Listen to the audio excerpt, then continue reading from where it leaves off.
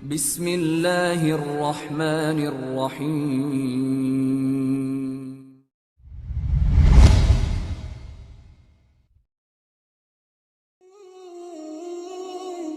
Begitulah yang dicontohkan oleh para salaful ummah, para sahabat, para tabi'in. Mereka tinggal yakini, mereka pelajari, mereka aplikasikan, lalu kemudian mereka terima hasilnya pada saat meninggal.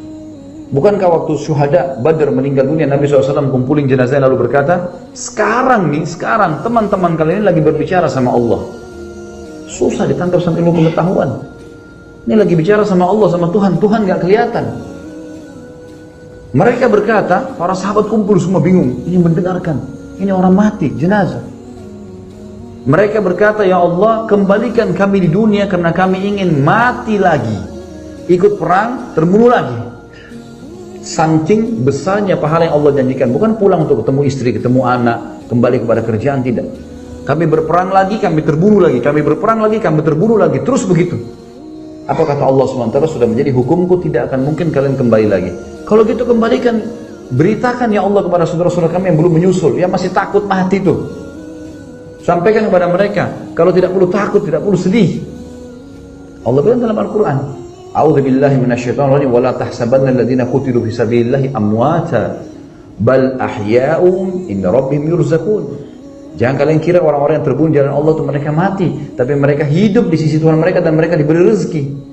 Farihina bima atahumullah min fadli. Mereka sangat gembira dengan apa yang Allah berikan kepada mereka. Wa yastabshiruna billadzina lam yalhaqu bihim. Dan mereka sebarkan berita gembira kepada orang-orang yang belum menyusul mereka. Allah khaufun 'alaihim wa lahum yahzanun. Enggak usah takut, enggak usah sedih, mati aja. Kalau ilmu pengetahuan mau bagaimana cara memahaminya tuh?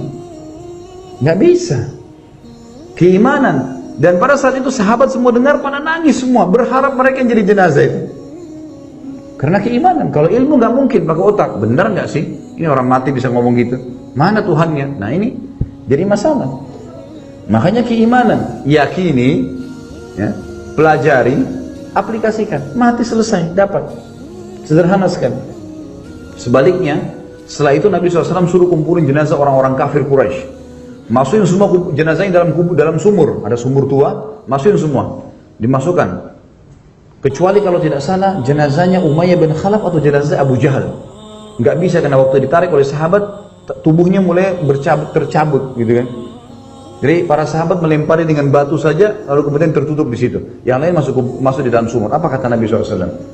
Apakah kalian bicara jenazah orang mati nih? Apakah kalian sudah menemukan apa yang Tuhan kalian janjikan pada kalian, yang Tuhan kalian ancamkan pada kalian? Sungguh demi Allah, aku telah menemukan apa yang Tuhanku janjikan padaku. Umar bin Khattab di sebelah Nabi SAW dengar, ya Rasulullah, apakah mereka mendengar Anda? Ini orang mati, orang kafir, tadi orang mumin, ini orang kafir sekarang. Nabi SAW bilang, kata Nabi SAW, iya wahai Umar, demi zat yang jiwa Muhammad dalam genggamannya, sungguh mereka lebih jelas mendengar perkataanku daripada kau sekarang mendengar perkataanku. Allah buat mukjizat buat Nabi SAW, bisa orang-orang kafir itu mendengar suara Nabi SAW, tapi mereka tidak bisa jawab lagi. Ilmu pengetahuan bisa sampai sini? Nggak bakal bisa. Dan ini fakta, hadis Bukhari Muslim menjelaskan masalah itu. Makanya juga saya jelaskan kemarin teman-teman sekalian, pada saat ada beberapa sahabat yang mati di perang Khaybar, waktu mereka mati kata Nabi SAW, demi zat yang jiwa Muhammad dalam genggamannya, seseorang di antara kalian lebih dekat dengan surganya daripada tali sendalnya sendiri. Tinggal imani, pelajari, kayak antum gini, ambil ilmunya, pulang amalkan, mati masuk surga, lebih dekat daripada tali sendalnya. Dan semua teman-teman, demi Allah, saya bersumpah di atas mimbar ini, di atas podium ini teman-teman, ini demi Allah benar. Ini tinggal antum tunggu mati masuk surga, pertahankan saja, nikmati halal, kerjakan perintah, tinggalkan larangan, ada cobaan sabari sedikit masuk surga. Tidak usah ragu dengan itu, selesai. Itu teori syar'i tidak mungkin salah. Walan tajida li sunnatillahi tabdila, kata Allah. Tidak akan pernah kau temukan perubahan dalam sunnatullah. Sistem yang Allah buat tidak akan berubah. Sebagai malam dan siang ada, maka mati dan hidup ada. Surga dan neraka ada. Dunia akhirat ada. Semua ada. Ini semua faktanya. Maka kita harus yakin teman-teman sekalian dengan poin-poin seperti ini. Ini contoh saja dan banyak sekali. Lalu kata Nabi SAW, seseorang demi jiwa Muhammad yang dalam genggaman, seseorang yang dalam kalian lebih dekat dengan nerakanya daripada tali sendalnya sendiri. Buat dosa, mati, masuk neraka. Simple. Dia ke diskotik, mabuk, pulang, tabrakan, mati, masuk neraka. Hah? Sederhana sekali. Lebih dekat dengan itu. Gitu kan? Makanya seseorang harus sadar dan harus berubah. Dan berubah menjadi lebih baik teman-teman. Lebih patuh kepada Allah dan prestasi. Prestasi. Daripada orang terpuruk dalam kesalahannya. Saya akan bacakan sekarang teman-teman sekalian. Dan ini 2 poin tolong digarisbawahi tentang alam barzah ya. Dimanapun dia meninggal, bagaimanapun keadaan jasadnya, ruhnya akan sampai ke alam barzah.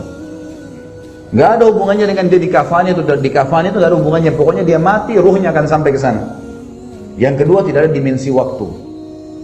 Jadi gak usah ditanya lagi, yang mati lebih dulu sana 1000 tahun, bagaimana itu juga bukan urusan kita sudah. Kita imani orang yang mati akan dihukum kalau kafir, akan nikmat kalau orang beriman. Allah punya kuasa untuk memberikan kepada orang yang baru mati hari ini, kenikmatan mungkin bisa sama dengan orang mukmin yang meninggal 1000 tahun yang lalu atau 2000 tahun yang lalu. Kuasa Allah. Allah bisa membuat orang yang mati sekarang siksaannya sama pedihnya dengan orang yang mati 1000 tahun yang lalu. Bukan mustahil. Apalagi kata ulama kalau jenis dosanya sama. Dan ini perlu digarisbawahi teman-teman sekalian berhubungan dengan masalah alam barzah. Dan ini kita akan di alam barzah sampai hari ditiupnya sangkakala yang kita pelajari pada pertemuan yang lalu. Karena ayat Al-Quran yang sudah kita bacakan, tiupan sangkakala pertama mematikan semua makhluk, yang kedua membangkitkan makhluk itu sendiri.